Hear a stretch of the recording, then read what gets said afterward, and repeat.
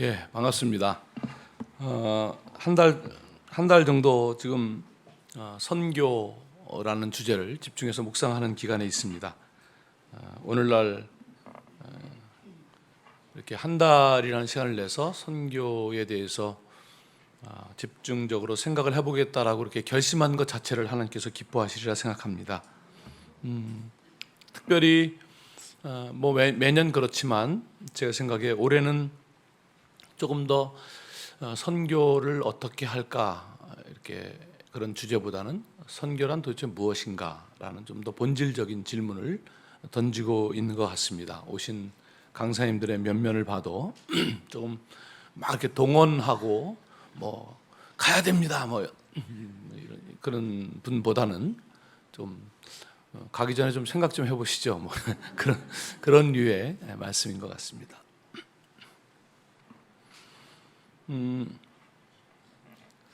우리가 대개 집에 대해서 생각할 때 우리 어떤 냉장고를 바꿀까, 뭐 몇 인치 TV를 넣을까, 뭐 또 베란다를 좀 넓힐까, 뭐 이런 생각을 주로 하지. 우리 집의 기초가 지금 어디에 있을까 이런 생각을 잘 안 하게 되잖아요, 그렇죠? 근데 이제 홍수가 나면 우리처럼 이렇게 비가 많이 오는 지역은 아니지만 중동에 뭐 1년에 한두 차례 그렇게 좀 위기가 올 수 있는데요. 왜냐하면 비가 많이 오지는 않지만 나무가 없기 때문에 비가 오면 금방 이렇게 물이 모이기 때문에 위험한 일이 생기죠. 그때 아마 그때쯤 되면 집이 이렇게 무너질 것 같은 비가 올 때 아마 그때쯤 한 번, 1년에 한 번 정도 우리 집이 어디에 기초가 서 있지를 생각하는 것 같습니다. 그러니까 잘 안 내려본다는 거죠. 자꾸 위를 쳐다보고 옆을 돌아보는데 우리가 어디에 서 있는가를 잘 안 내려보는데 아마 코로나라고 하는 상황이 우리에게 좀 더 우린 지금 어디에 서 있는 거지? 우리가 선교를 지금 어느 기초 위에서 해왔던 거지를 묻게 만들었던 것 같습니다. 지금 여전히 그것을 묻고 있는 선교사님들 많이 계시고, 왜냐하면 이제 선교지에서 강제적으로 철수를 당한, 특별히 중국을 중심으로, 그래서 지금 아직도 자리를 잡지 못한 선교사님들도 많이 계시고, 선교가 무엇이었지? 하나님 나를 거기 보내신 게 맞나? 뭐 이런 질문도 많이 하는 그런 기간인 것 같습니다. 그래서 좀 더 이번 그 선교사님들만의 문제가 아니고 사실은 선교사를 보낸 우리 교회의 문제이기 때문에 우리가 선교를 어떻게 할 것인가는 좀 잠시 접어두고 선교란 무엇인가라는 것에 대해서 깊이 성찰을 해야 될 필요가 있는 것 같습니다. 그래서 오늘과 다음 주까지 두 번 말씀을 전하는데 오늘은 조금 더 우리의 존재에 대해서, 이번에 마침 주제도 Be the Church, 교회란 무엇인가, 교회가 되는 것, 교회가 Do the Church가 아니고 교회가 무엇을 하는 것이 아니라 교회됨이란 무엇인가, 이런 것에 대해서 우리가 생각을 하는 기간이니까 오늘은 조금 더 우리가 누구인가, 하나님 안에서 그런 부분들을 좀 생각하고, 다음 주에는 그런 우리가 세상을 대할 때 어떤 태도로 대해야 될까, 뭐 이렇게 두 번 나누어서 말씀을 묵상하려고 합니다. 우리가 성경, 특별히 저 같은 선교사, 선교를 생각하는 사람들은 자꾸 성경을 볼 때 선교라는 것을 찾으려고 그래요. 성경은 선교적인 말씀인 것은 분명하지만 그럴 때 선교적인 말씀이라는 것과 내가 성경에서 선교를 찾는다는 것은 아주 다른 말입니다. 내가 성경에서 선교를 찾는다는 것은 자기가 이미 선교에 대해서 어떤 정의를 갖고 있고 자꾸 그것을 찾으려고 노력한다는 거죠. 그래서 여기도 선교가 있네, 저기도 선교가 있네. 많이 찾으면 찾을수록 좋은 것 같지만 많이 찾아도 다 똑같은 것만 찾기 때문에 선교에 대한 생각이 하나도 안 바뀌는 거죠. 그래서 성경 본문을 대할 때는 그런 선교 뭐 이런 걸 좀 내려놓고 본문 자체를 좀 충실하게 읽고 충실하게 해석하고, 그렇게 해서 이해된 본문이 오늘날 우리가 생각하는 선교에 뭐라고 말하고 있는가, 이렇게 적용하는 것이 바른 순서라고 생각합니다. 그래서 좀 선교는 잠시 내려놓고 저를 선교사로도 보지 마시고 오늘 주신 말씀을 좀 먼저 깊이 생각을 해보도록 하겠습니다. 자, 오늘 우리가 읽은 본문 말씀은 소위 탕자의 비유라고 우리가 이렇게 제목을 붙인 그런 잘 아는 본문입니다. 그 탕자의 비유, 뭐 그런 면이 없는 것은 아니지만 탕자가 등장하니까 사실 정확한 그런 제목은 되지 못한다고 생각합니다. 왜냐하면 이것은 세 개의 비유가 연속적으로 나오는데 우리가 잘 알다시피 100마리의 양 중에서 한 마리를 잃어버린 비유가 나오고, 그 다음에 10개의 은전 드라크마 중에 하나를 잃어버린 여인에 대해서 나오고, 두 아들 중에 한 아들을 잃어버린 아버지에 대해서 나오고 있습니다. 그러니까 세 번째 비유를 우리가 탕자의 비유로 부르려면 앞에 비유도 탕양의 비유, 탕전의 비유 이렇게 해야 되는데 양이 무슨 잘못이 있습니까? 아주 뭐 양보해서 그 양이 한 마리 양이 좀 고집이 세가지고 목자의 말을 안 듣고 나갔어. 뭐 그렇다고 억지로 이렇게 해석을 하더라도 그러면 은전은 무슨 잘못이 있습니까? 넌 왜 주머니에 가만히 있지 못하고 이렇게 톡 튀어나가지고 또르르 굴러가지고 장롱 속으로 갔냐? 이렇게 은전에다가 우리가 블레임을 하기는 좀 어렵잖아요, 그렇죠? 그러니까 그런 면에서 볼 때 우리가 탕자의 비유라는 것은 일부 그런 면이 없지는 않지만 전체를 담기는 어렵다, 그렇게 말할 수 있습니다. 그러니까 이 세 개의 비유는 전반적으로 무엇인가 아끼는 것을 잃어버렸고 어렵게 다시 찾았고 기뻐했다라고 하는 주인, 목자, 아버지, 그 잃어버리신 분의 기쁨에 대해서 이야기를 해주는 본문이다, 이렇게 이해를 하는 것이 좋을 것 같습니다. 그러니까 아끼는 것을 잃었다가 찾고 기뻐했다라고 하는 그 기본 구조를 놓치지 않고 있는 것이죠. 주인의 시각, 아버지의 시각이 굉장히 중요합니다. 그런데 만일 잃어버렸고 찾았고 기뻤다라고 하는 이 기본 구조에 그저 충실히 세 번 반복 비유를, 똑같은 비유를 하려고 했다면 이 세 번째 비유를 오늘 말씀처럼 이렇게 주거니 받거니 오랫동안 읽을 이렇게 긴 이야기를 할 필요가 사실 없는 거거든요. 이게 무슨 그 성경을 좀 두껍게 만들기 위해서 막 집어넣은 게 아니라면 그렇게 길게 이야기를 할 필요가 없잖아요. 만약에 똑같은 구조, 한 마리 양을 잃어버려 찾아서 기뻤다, 하나의 동전을 찾아서 기뻤다, 그러면 아들 둘을 가진 아버지가 있었는데 뭐 요 옆에 있는 에버랜드에 놀러 갔다가 그만 막내를 잃어버렸다, 방송을 하고 경찰서에 막 알리고 어렵게 아이를 찾았다, 너무 기뻐서 집에 돌아와 같은 동 아파트의 모든 분들에게 피자를 쌌다, 이러면 그냥 깔끔하게 딱 이야기가 앞에 하고 똑 떨어지는데 먼 애를 또 뭐 먼 나라까지 보냈다가 막 돌아왔다, 너무 복잡하다 얘기가. 그러니까 아버지의 기쁨이라고 하는 전체 구조를 놓치지 않으면서 그 안에 방탕한 아들의 이야기를 이해하는 것이 필요한 본문인 것이죠. 다른 말로 아버지의 시각에서 보는 아들의 방탕, 아들의 시각에서 보는 게 아니라 아버지의 시각에서 보는 아들의 방탕이라는 점을 놓치지 말아야 하는 본문입니다. 우리는 여태까지 자꾸 아들의 입장에서만, 아들이 돌아온 것만 생각하니까 이런 시각을 좀 놓쳤던 것 같습니다. 자, 이제 본문 이야기를 좀 해보겠습니다. 두 아들의 아버지가 계셨습니다. 어느 날 막내가 아버지에게, 아버지, 어차피 저에게 나중에 유산을 주실 텐데 좀 미리 땡겨주시면 안 될까요? 이렇게 이야기를 합니다. 그 당시에 이 이야기가 진행됐던 문화적으로 우리가 이 이야기를 해석하면 아버지에게, 아버지 너무 오래 사시는 것 같지 않으세요? 언제 돌아가세요? 빨리 좀 돌아가세요. 뭐 이런 얘기하고 거의 같은 이야기입니다. 맞으면 아주 싸가지가 없는 아들이죠. 정상적인 아버지라면 이 아들을 호되게 훈육해야 맞습니다. 그런데 이 아버지는 그렇게 하지 않고 그 몫을 내어 주었습니다. 그래서 아들이 그것을 현금화시켜서 집을 떠나서 먼 나라로 가게 되죠. 그러니까 앞에 나오는 양과 은전의 이야기는 와는 아주 다른 이야기입니다. 말하자면 이 세 번째 이야기에서 이 아들은 잃어버리지 않을 수도 있었다는 것입니다. 유산을 주지 않고 정상적인 그 시대의 아버지처럼 훈육을 제대로 했더라면 이 아들은 집을 떠나지 못했을 것이고 소위 탕자, 잃어버린 아들이 되지 않았을 것입니다. 그런데 아버지는 이 아들이, 더 정확히는 그 아들의 몸이 집에 머물러 있는 것 자체를 원하시지 않았다는 것입니다.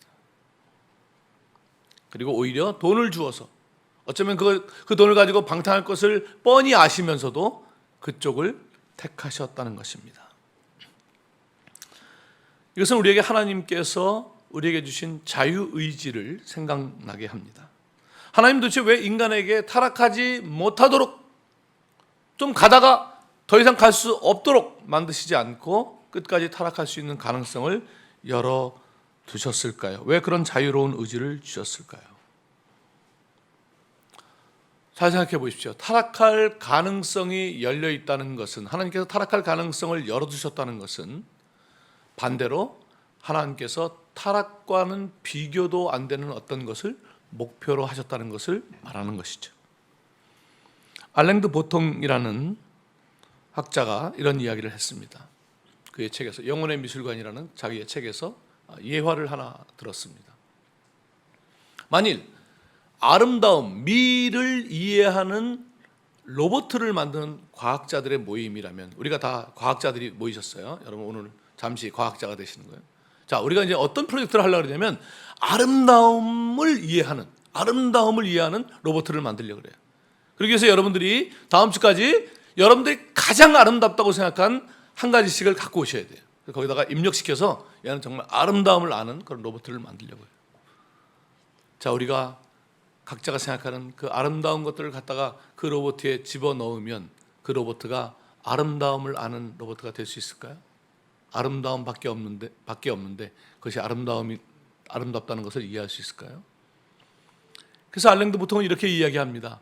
어쩔 수 없이 우리가 너무 사랑하는 로봇, 내가 만드는 로봇을 만들면서도 가장 넣기 싫은 아름다움과는 정반대되는 좌절과 고통과, 말하자면 막장의 것들을 넣어야, 그리고 거기서 이 아름다움을 향해서 가려고 하는 의지를 넣어야 겨우 아름다움을 이해할 수 있다는 것입니다. 하나님은 자기의 형상대로 우리를 만드시면서 우리에게 주실, 하나님께서 우리에게 나누고자 원하고 주시려고 하는 것이 한마디로 영원에 속한 것이기 때문에, 영원한 진리와 영원한 생명에 관한 것이기 때문에 그 영원, 끝이 없는 것을 우리에게 주시기 위해서 그 자유로운 의지, 끝이 없는 타락의 가능성을 열 수밖에 없는, 그러나 하나님은 우리에게 끝이 없는 타락의 가능성을 여시면서도 하나님의 사랑과 하나님의 노력으로 우리를 마침내 하나님이 주시려고 하는 영원한 생명과 영원한 진리로 이끄시려고 하는 그런 노력을 지금도 하고 계시는 것이죠. 여기 아버지가 아들의 인생이 방탕한 삶을 살 것을 뻔히 알면서도 유산을 내어주었다는 것은 그 방탕과 비교할 수 없는 어떤 것을 희망하고 계셨기 때문일 것입니다.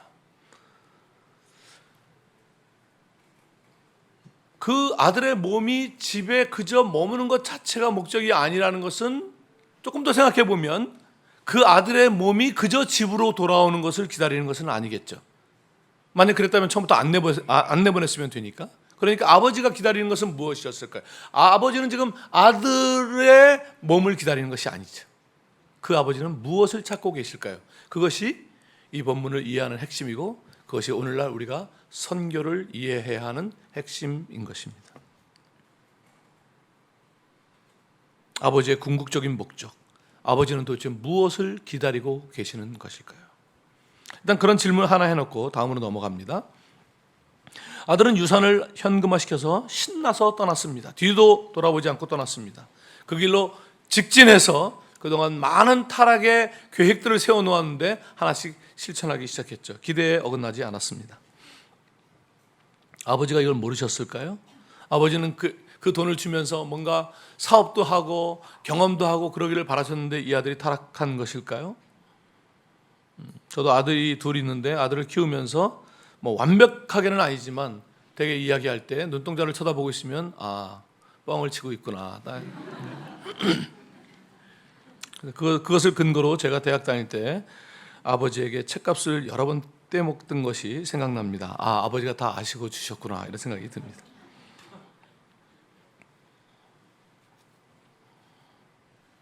아들은 역시나 기대에 어긋나지 않게 가져가서 타락하고 막장까지 갔죠. 막장이라는 것은 우리가 어떻게 알 수 있냐면 여기 돼지라는 단어가 유대인 청중이 쓰지 않는 단어를 쓰고 있다는 것입니다. 유대인들에게 돼지라고 하는 것은 입에 담기 힘든 일이죠. 어제도 제가 주말이면 이태원에서 아프간 여자애 하나 영어를 가르치고 있는데 어제 이제 얘가 대학 들어가서 한 학기를 잘 맞춰갖고 저녁을 사줘서 너 뭐 먹을래? 돼지만 아니면 돼요. 무슬림이니까 돼지 먹지 않는. 제가 아프가니스탄에서 사역할 때 이 돼지라는 단어를 알려 그러는데 아무도 돼지라는 단어 말을 쓰질 않으니까 그 나라에 돼지고기도 통용이 안 되고 돼지도 없고 돼지라는 말을 쓰질 않으니까 참 알기가 어려웠습니다. 제가 제 친구한테 돼지 흉내를 내면서 꿀꿀거리면서 이제 돼지 이거 뭐라 그러냐 그런데 말을 안 해주는 거예요. 나중에 알았는데 이 너무나 그 더러운 단어이기 때문에 차마 입에 못 올리는 거죠. 마치 제 외국인 친구가 저한테 야 한국에서 가장 쌍욕이 뭐야? 라고 저한테 물으면 제가 뭐라고 얘기하겠습니까? 바보? 바보 같은 답이죠. 네. 제가 군생활을 해병대에서 했기 때문에 상상하지 못하는 참 저런 욕도 있구나 할 정도로 저는 서울 사람인데 이 지방에서 오신 분들이 참 이해할 수도 없는 뭐 무슨 막 울대를 뽑아버린다 그러고 뭐 하여튼 엄청난 욕을 들었는데 욕을 많이 알고 있지만 제가 그런 쌍욕을 그 사람한테 잘 말하기가 쉽지 않잖아요 우리가. 그렇죠? 그래서 이 아프간 사람이 이제 제가 하도 강청을 하니까 나중에 이제 그 돼지라는 말을 호크라는 단어인데 호크 이 아프간에는 이 크가 두 종류가 있거든요. 우리가 크가 있고 이 칼에 이렇게 푹 찔릴 때 하는 그 크가 두 가지 종류예요. 호크는 이 속에서 나오는 큰. 그리고는 저한테 그 말을 해주고는 얼른 물가로 가서 자기 귀를 씻었습니다. 너무 더러운 걸 자기가 말했기 때문에. 경건한 무슬림이죠. 여러분은 돼지라는 말을 들으면서 오늘은 끝나고 점심에 두루치기를 먹어야 되겠다 이런 생각할지 모르지만 유대인들에게는 굉장히 막장과 같은 그런 소리인 것입니다. 그리고 그 막장에서 그런 좌절한 상태에서 결국 아버지 집에서 풍족하게 먹고 있는 일꾼을 생각하게 되는 것이죠. 집이 생각나게 되는 것이죠. 아직 아버지를 생각한 것은 아니고 아버지 집에 있는 그 양식을 생각하게 되는 것입니다. 이렇게 또 여기서 우리가 이 아들이 회개했구나 이렇게 생각하시면 안 됩니다. 성경이 말하는 회개는 그런 회개가 아닙니다. 얘는 그냥 배가 고파서 집에 갈 생각을 한 것입니다. 조금 그 당시의 문화적인 해석을 해보겠습니다. 당시 문화를 연구한 사람들에 의하면 이렇게 유대 재산을 가지고 이방 나라에 가서 탕진해 하면 다시 자기가 속해 있던 공동체로 돌아오지 못한다는 것입니다. 다시 공동체의 일원으로 그 공동체에서 안 받아준다는 것입니다. 교회도 가끔 그렇죠. 너무 막 장로님이 너무 이상해 다시 성도로는 와도 다시 장로로 복귀가 안 되는 그런 교회들이 있거든요. 이 교회는 안 그러겠지만 제가 그런 교회를 경험해봤는데 뭐 그렇게 잘못한 것 같지도 않은데도 하여튼 서로 시기해가지고 안 받아주는. 여기는 그런 건 아니고 하여튼 유대 문화가 그 당시에 그렇게 다 밖에 가서 날려먹으면 공동체 일원이 되지 못하는 겁니다. 그래서 공동체로 혹시라도 돌아오게 되면 아주 수치와 모욕을 주고 막 콩껍질을 까맣게 태워가지고 항아리에 담아서 팍 깨면서 까만 그 콩 태운 거를 팍 뒤집어 쓰게 하면서 개사자 소리치는데 그것은 너는 잘렸다 그런 뜻입니다. 완전히 모욕과 수치를 주는 것이죠. 그리고 그것을 잘 견뎌서 공동체의 일원이 되지는 못하지만 아버지 집에 일꾼들이 있으니까 이방 일꾼도 있으니까 자기도 품꾼의 하나로 써주면 밥이라도 먹고 살 수 있는 그런 생각을 하면서 집으로 돌아갈 결심을 하는 것입니다.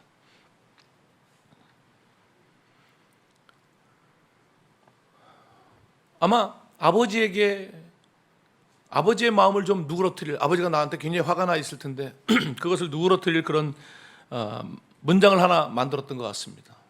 제가 아버지가 섬기시는 하나님께 죄를 지었습니다. 저는 이제 아버지의 아들이라 일컬음을 받기가 그러니까 품꾼의 하나로 좀 써주십시오. 이런 걸 이제 막 외워가지고 나중에 보면 아버지한테 그 토시도 하나 틀리지 않고 말하는 거 보면 이제 머리가 또 공부를 안 했으니까 머리 나쁘니까 굉장히 외우면서 온 것 같습니다. 고개 숙이고 타국타국.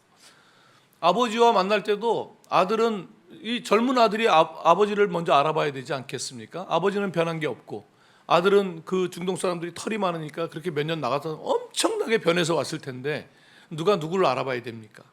아마 고개를 숙이고 막 터벅터벅 당할 수치를 생각하면서 걸어오느라 아버지를 보지 못한 것 같습니다. 아버지의 입장에서는 저 동구 밖에 하나의 점처럼 올라오는 그 알아보기 힘든, 그러나 매일매일 기다리고 계시던 그 간절함이 그 아들을 알아보는 것이죠. 그리고 그 아들을 보자마자 달리기 시작합니다. 만약에 제가 이 스토리를 가지고 영화를 찍는 영화 감독이라면 여기서부터 슬로우 비디오로 찍겠습니다. 아버지가 달리기 시작하는데 천천히 이제 슬로우 비디오로 저와 함께 이 느린 장면들을 감상해 보겠습니다. 먼저 그 아버지의 얼굴을 클로즈업 하겠습니다. 너무나 주름져 있지만 그러나 너무나 희열에 찬, 그 아들이 돌아온다는 그 희열에 찬, 그래서 눈에서 막 눈물이 흐르는 그 아버지의 형용할 수 없는 그 기쁨의 얼굴, 그리고 한쪽에서는 너무나 근심 어린 표정으로 돌아오고 있는 그 고개를 숙인 아들의 얼굴을 대비시켜 보고 싶습니다. 그 다음 장면은 아버지가 뛰는 장면을 클로즈업 하겠습니다. 가까이 잡은 그 아버지의 종아리, 비록 나이가 드셨지만 얼마나 열심히 달리시는지, 여기에 나오는 드라몬이라는 그 원어는 전문 운동선수들이 달리는 그런 용어입니다. 얼마나 아버지가 달리시는지 그 마른 아버지의 종아리에 근육과 핏줄이 움직이는, 그리고 한쪽에서는 너무나 느리게 힘없이 다 걸어오는 아들을 또 대비시켜 보고 싶습니다. 그 다음 장면은 아버지가 달리기 위해서 치마와 같은 그 옷을 허벅지까지 들어올린 그 허벅지를 조명해 보고 싶습니다. 어쩌면 속옷이 살짝 보일지 모르는, 손목 위로 발목 위로는 속살이라고 생각하는 그 문화, 그래서 모든 것을 다 덮고 다녀야 되는 그 문화에서 이 아버지가 허벅지까지 옷을 들어 올렸다는 것은 그 자체로 수치입니다. 그것은 마치 경건하신 점잖으신 장로님이 삼각반스만 입고 광화문을 달리는 것하고 비슷한 현상입니다. 동네 사람들이 저놈 돌아오래, 저 수치와 모욕을 줘야 될 것을 생각했다가도 이 아버지가 허벅지까지 들어올리는 그 모습을 보면서 그거보다 훨씬 더 수치스러운 모습을 이쪽이 아니라 이쪽을 보기 시작하겠죠. 우리가 당해야 될 수치와 모욕을 몸소 감당하시는 하나님 아버지 예수 그리스도를 상징하는 그림입니다. 마지막으로 달리시는 아버지의 발을 천천히 확대해 보겠습니다. 너무 빨리 달리시느라 신발은 온데간데 없고, 돌길을 달리시다가 날카로운 돌에 채여서 발에서 피가 흐르기 시작하는 모습을 담고 싶습니다. 보는 관중들이 안타까워할 수밖에 없는 그런 장면을 잡겠습니다. 그리고 그렇게 슬퍼할 때쯤 그 아버지의 피 흘리는 발 뒤로 오버랩돼서 다른 한 장면을 떠올리겠습니다. 그것은 바로 십자가에 달리시는 예수 그리스도의 모습입니다. 왜냐하면 죄 가운데, 절망한 마음 가운데 있는 아들을 향해서 달리시는 그 아버지는 우리를 향해서 십자가에 달리시는 예수 그리스도를 상징하기 때문입니다. 바로 그 아버지는 하늘 본체를 버리시고 어둠을 뚫고 이 땅으로 어둠 속을 헤매는 이 죄인들을 향해서 십자가에 달리시는 성자 하나님 예수 그리스도를 상징합니다. 아들을 향해 달리시는 아버지는 십자가에 달리시는 예수 그리스도이십니다. 이 대목에서 아들의 시각과 아버지의 시각을 좀 비교해 보겠습니다. 지금 아들의 시점에서 보면 상상치 못할 일이, 그 문화를 아는 아들 입장에서 보면 지금 아버지가 달리시다니요. 자기가 기대했던 아버지는 문 걸어 잠그고 밖에서 저를 용서해 주십시오 그래도 며칠 동안 밥도 안 주고 완전히 잘못을 회개하게 만들고, 그러다가 그놈 밥이나 한 덩어리 던져줘라 뭐 그러면서 용서를 간접적으로 용서를 하시고 일 하나 시켜주시는 그 정도를 은혜로 생각했는데, 이 아버지가 자기를 향해서 그 문화의 모든 것을 다 깨고, 저러시면 안 되는데 모든 것을 다 깨고 자기한테 달리시다니요. 게다가 달리시다가 신발은 벗겨지고 돌부리에 채여 발에 피가 흐르고 있습니다. 얼마나 아프실까. 안타까운 눈물이 납니다. 아마 이 정도면, 아들의 시각에서 볼 때 이 정도면 꽤 철이 든 아들일 것입니다. 우리의 신앙도 그렇죠. 십자가에 달리신 예수 그리스도를 생각하면서 늘 얼마나 아프실까.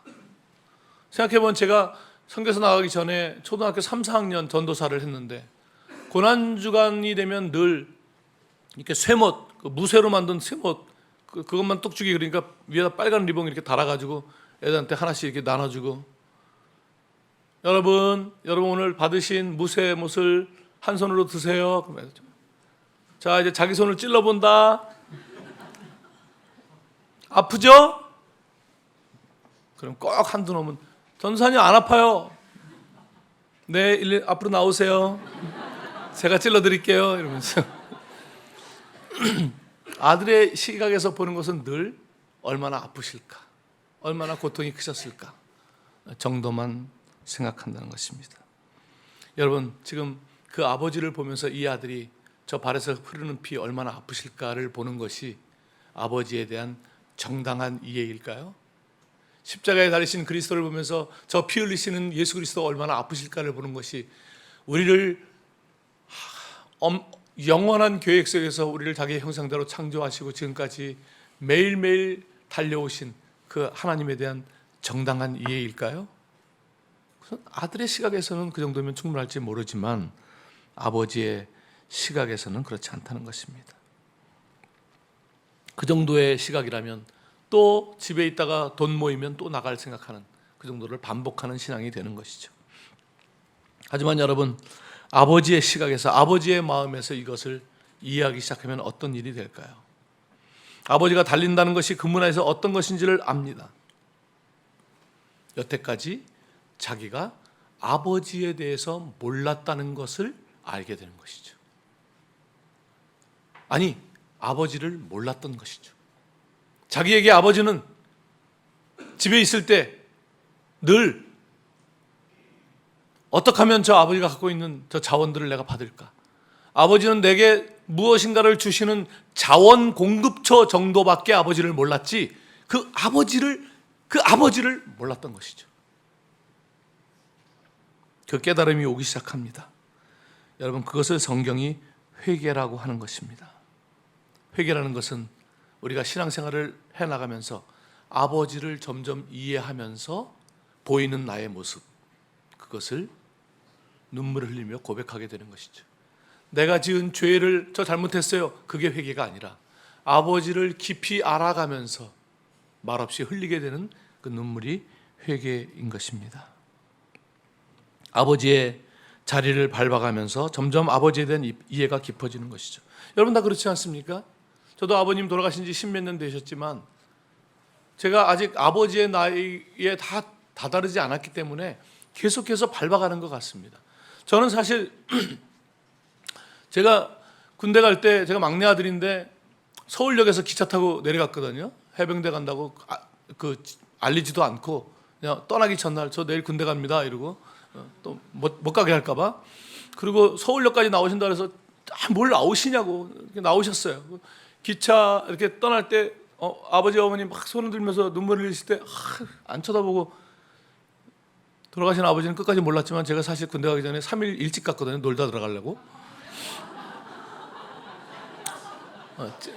해병대 진해로 가는데 창원에 가서 3일 신나게 놀다가 이제 진해 혼자 군대 갔는데 그때 뭘 알겠어요. 오래전에 제 막내 아들이 군대를 갔습니다. 논산훈련소까지 아이를 들여보내고 집에 와서 저녁에 이렇게 잠자리에 딱 누웠는데 이제 그때 말하자면 아버지의 자리에 제가 서게 된 거죠. 그래서 막내 군에 가던 날이라는 글을 그날 밤에 적었습니다. 막내 군에 가던 날에 알았습니다. 그러면서 이제 아버지의 마음을 그때 이해하게 된. 왜냐하면 제가 잠자리를 설치게 되고 오늘 그 첫 침상을 맞이하는 우리 아들이 그렇게 설치고 있을 것이고 그 옛날 우리 아버지가 그러셨겠구나 그런 것들을 이렇게 이해하게 되는 지점이었죠. 지난주에는 큰아들을 장가 보냈습니다. 장가 보내고 저녁에 또 오니까 저는 장가 갈 때 아버지 그런 생각을 했겠습니까? 신혼여행 갈 생각만 하고 있었지. 아마 제가 계속 이렇게 나이를 먹어가면서 그 아버지의 자리를 밟아가면서 아버지를 이해하게 될 것입니다. 그 마찬가지로 우리가 신앙이 깊어지면서 하나님의 자리에서 우리를 바라보면서 하나님을 보게 되는 것이죠. 어느 날 이 아들이 집 대문에 서게 됩니다. 근데 갑자기 거기서 아버지의 마음이 이해되기 시작합니다.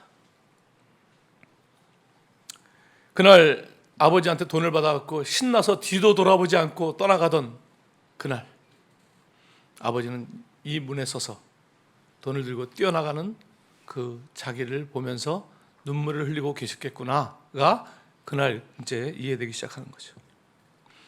매일같이 흥청망청 지내면서 아버지와 아버지의 집은 눈꼽만큼도 생각하지 않고 즐기던 그 수많은 나날들 아버지는 여기 서서 혹시 오늘 돌아올까 기다리고 계셨구나 이런 생각을 하게 되는 것이죠. 어느 날 아버지의 방에 들어갔는데 유산을 달라고 하던 그날이 생각납니다. 머릿속에는 어떻게 하면 아버지한테 돈을 받아 나갈까 그 생각으로 가득 차 있던 그 방에서 아버지의 마음이 이해되기 시작합니다. 뻔히 알면서도 더 큰 무엇을 찾기 위해서 아버지가 그날 할 수 없이 돈을 내주셔야 했던 그 찢어지는 아버지의 심정을 이해하게 되는 것이죠.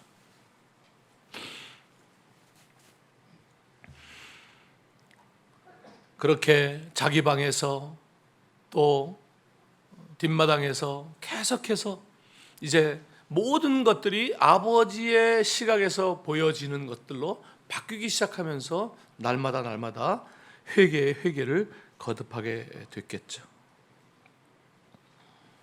그러면서 형을 바라보니 나와 달리 늘 성실하고 늘 일하지만 그 형이 마찬가지로 아버지와 아무런 관계를 맺지 못하고 있다는 것을 보게 되는 것이죠. 사람 편에서 보면 형의 성실과 동생의 방탕이 굉장히 차이나 보이지만 아버지의 시각에서 보면 둘 다 아버지가 원래 원하시는 관계를 맺지 못하고 있는, 아버지는 두 아들을 다 잃어버린 그런 아버지이신 것이죠.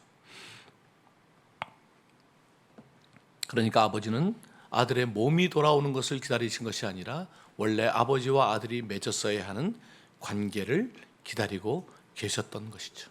그것을 회복하기를 원하셨던 것이죠.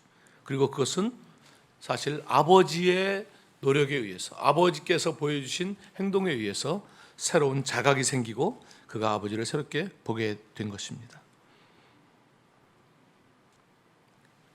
이제 아들은 돌부리에 채여 피 흘리는 그 아버지 정도가 아니라 그 오랫동안 아버지가 흘려오신 내면의 피, 속으로 날마다 눈물을 흘리시면서 흘리셨을 내면의 피를 절절하게 이해하기 시작하는 것이죠.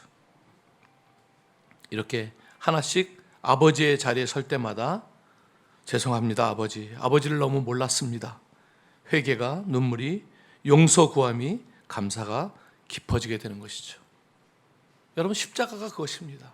십자가를 보면서 얼마나 아프실까를 묵상할 것이 아니라 십자가를 보면서 우리를 처음 만드셨을 때 자기의 형상대로 만드시면서 얼마나 기뻐하셔, 그 기대에 차서 이제 영원한 진리를 하나씩 알려주시면서 에덴 동산에서 아담과 이야기하면서 영원한 진리를 알고 신의 성품에 참여하는 우리를 기대하신 그 하나님의 기대, 그리고 그들이 그런 기대를 저버렸을 때 다가오시고 에녹과 무두셀라와 노아를 통해서, 그러나 다시 또 반역하고 바벨탑에서, 그래서 이 땅에 한 민족을 만들어서 거기에 하나님의 계시를 심기 위해서 아브라함을 불러서 오랫동안 그에게 자기의 마음을 보여주시고 마침내 이스라엘 백성을 만드셨음에도 불구하고 그들이 자기들만 선택됐다는 착각에 빠지면서 하나님의 뜻을 이루지 못하는 이런 긴 세월 동안 다가오신 그 십자가는 하나님의 충만이고 하나님의 긴 세월이 담겨있는 그런 내면의 피가 훨씬 더 중요하다는 것입니다.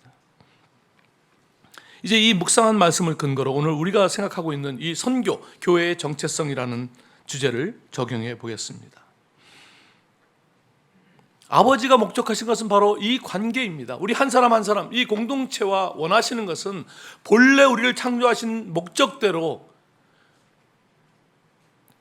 초대교회 교부들이 말했던 것처럼 그리스도께서 인간이 되신 것은 인간이 하나님처럼 되게 하기 위함이다. 우리가 하나님의 형상대로 지어진 우리가 신의 성품에 성삼위 하나님과의 교제에 참여하는 자가 되도록 하기 위해서 성자께서 인간이 되셨다, 그렇게 말하고 있는 것입니다. 그래서 그 위험을 취하면서까지 관계의 회복을 바라신 것이죠. 왜냐하면 이 관계의 회복, 아버지를 진정으로 아는 것, 이 하나됨이 없이는 선교가 불가능하기 때문입니다. 그리스도께서 완벽한 선교를 이루신 것은 그가 완벽하게 아버지와 하나 되셨기 때문입니다. 아버지의 뜻을 온전히, 태초에 말씀이 계셨고 그 말씀이 하나님과 함께 계셨고, 아니 그 말씀이 곧 하나님이신 그분, 완벽하게 뜻이 일치된 그분이 인간으로 오셔서 이 세상에서 아버지의 뜻을 온전히 이루신 것이고, 그 그리스도가 3년 동안 제자들에게 하나됨의 시간을 보내시면서 마침내 그들을 아버지께서 나와 하나 된 것으로 나를 보내신 것처럼 나도 너희와 하나 되어서 너희를 세상에 보낸다라고 말씀하셨기 때문에, 이 하나됨의 관계가 상실된다면 세상에서 우리가 어떻게 하나님을 표현할 수 있겠습니까? 그러니 선교라는 말은 무엇을 전제로 하냐면, 선교라는 말 속에 이미 하나님과의 깊은 관계, 마치 그 가지가 무슨 파이프같이 도구가 돼서 물을 빨아 올리는 게 아니라 그 가지가 나무로부터 모든 것들을 충만하게 공급받아야 열매를 맺을 수 있듯이 우리는 나무와 붙어있는 충만한 가지가 먼저 되어야 하는 것이죠. 이 큰아들이 바로 그런 모습을, 잘못된 모습을 잘 보여줍니다. 우리가 이렇게 가끔 이런 적용을 합니다. 그 큰아들은 왜 도대체 동생을 찾으러 안 간 거야? 그러면서 여러분들은 교회에 있는 큰아들인데 잃어버린 동생을 찾으러 가야 되지 않겠습니까? 이런 감정에 호소하는데, 여러분, 큰아들이 아버지와의 관계가 없는 그 큰아들이, 성실하기만 한 그 큰아들이, 아버지와의 관계, 아버지와 하나됨이 없는 그 큰아들이 동생을 나가서 만나면 무슨 얘기할 수 있겠습니까?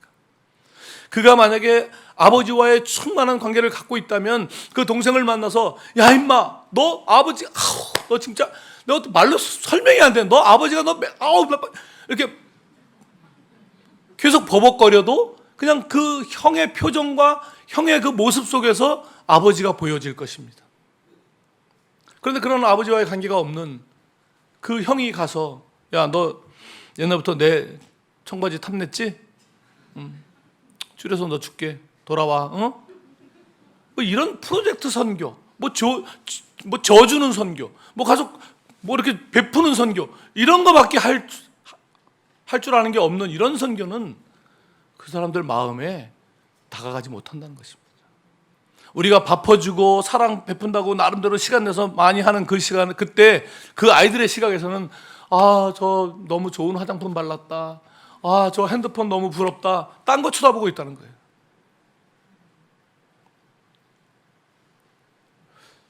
저 사람의 시각에서 뭐가 보이는가를 항상 염두에 두고 그러려면 우리가 하나님의 충만함으로 다가가서 그들과 하나 되는 그 과정을 가져야 되는 것이죠.